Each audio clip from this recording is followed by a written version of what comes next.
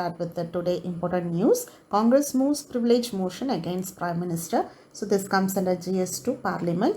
For prelims, you have to study about the parliamentary privileges, which is the special rights, and that is considered as the immunity and exemption, which is enjoyed by the two houses of the parliament, also their committees, along with their members. The constitution extends these privileges to persons who are entitled to speak and take part in the proceeding of the House of the Parliament, like for Attorney General of India and also the Union Ministers. So parliamentary privileges does not extend to the President, even though he is an integral part of the Parliament. So Article 361 of the Constitution provides for privileges of the President, that is different category. So Article 105 says that there are two privileges.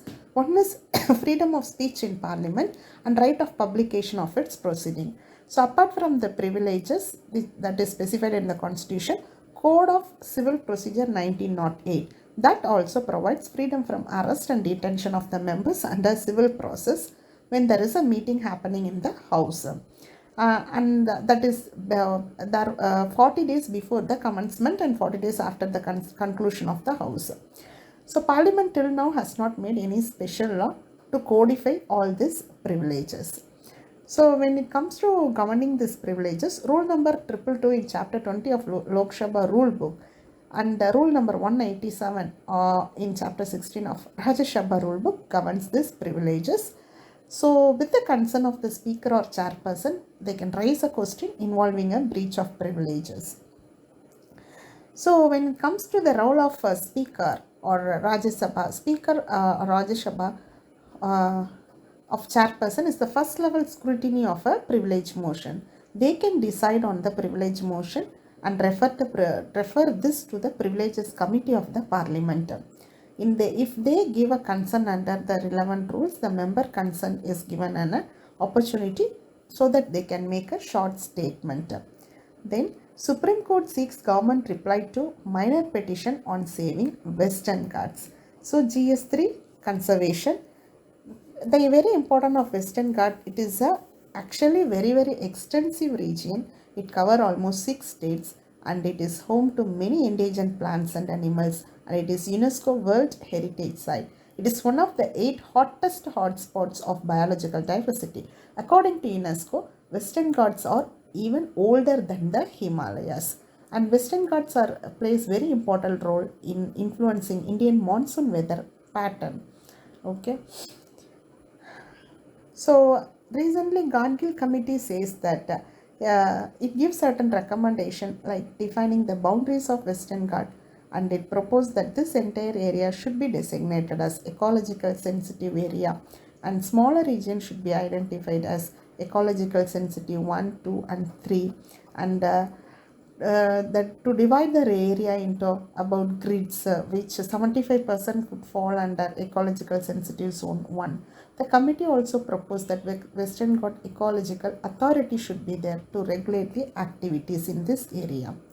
And Kasturi Rangan committee says that there should be a ban on mining quarry and sand mining in this area. No new thermal power project should be there, but hydropower project can be allowed, but with restriction. There is a ban on new polluting industries. Building and construction projects of 20,000 square meter was to be allowed. Forest diversion could be allowed with extra safeguards. Then Carcasses of Olive Ridleys on Krishna district shows in AP worry the tourist.